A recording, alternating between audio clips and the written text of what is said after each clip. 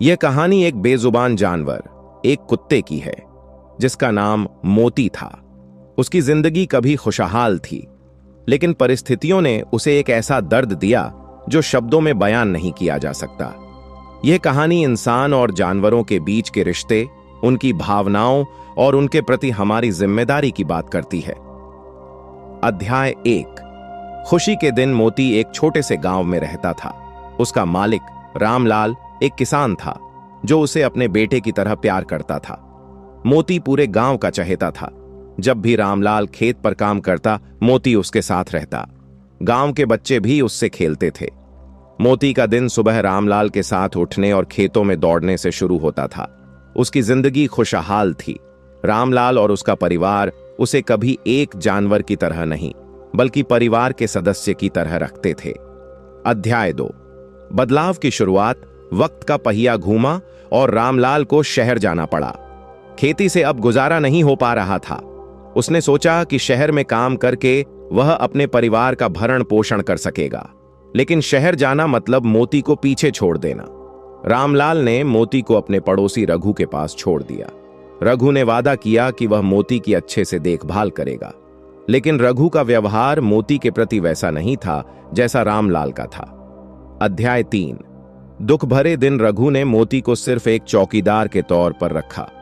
मोती अब एक गंदे से कोने में बंधा रहता।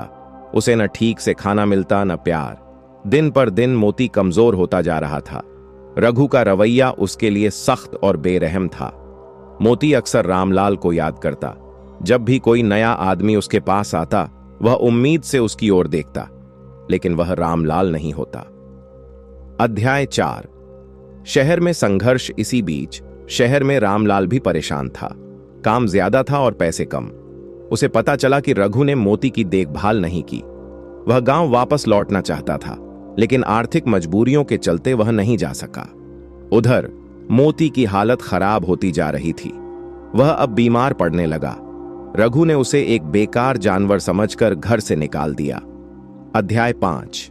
सड़कों की जिंदगी। अब मोती सड़कों पर था। उसे हर दिन खाने के लिए जूझना पड़ता। कभी उसे कूड़े से रोटी के टुकड़े मिलते, तो कभी उसे भूखा ही सोना पड़ता।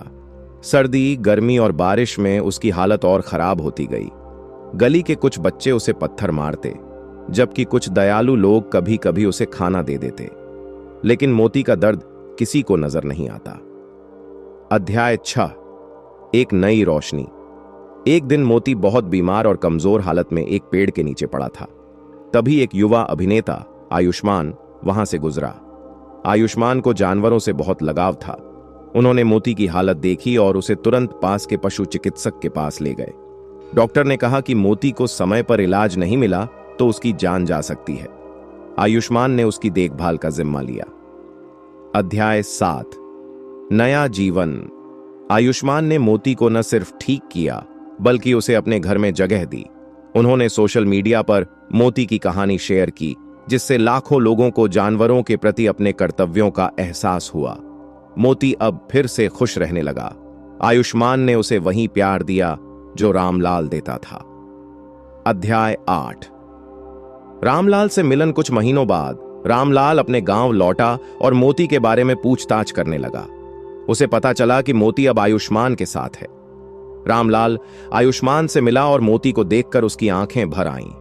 आयुष्मान ने मोती को रामलाल को वापस सौंप दिया, लेकिन रामलाल ने आयुष्मान से कहा कि अब मोती वहां ज्यादा खुश है। उपसंहार। यह कहानी हमें सिखाती है कि जानवरों के भी एहसास होते हैं। वे प्यार और देखभाल के भूखे होते हैं।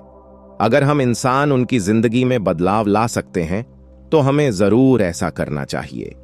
एक बेजुबान की कहानी केवल उसका दर्द नहीं, बल्कि हमारे कर्तव्यों का आईना है।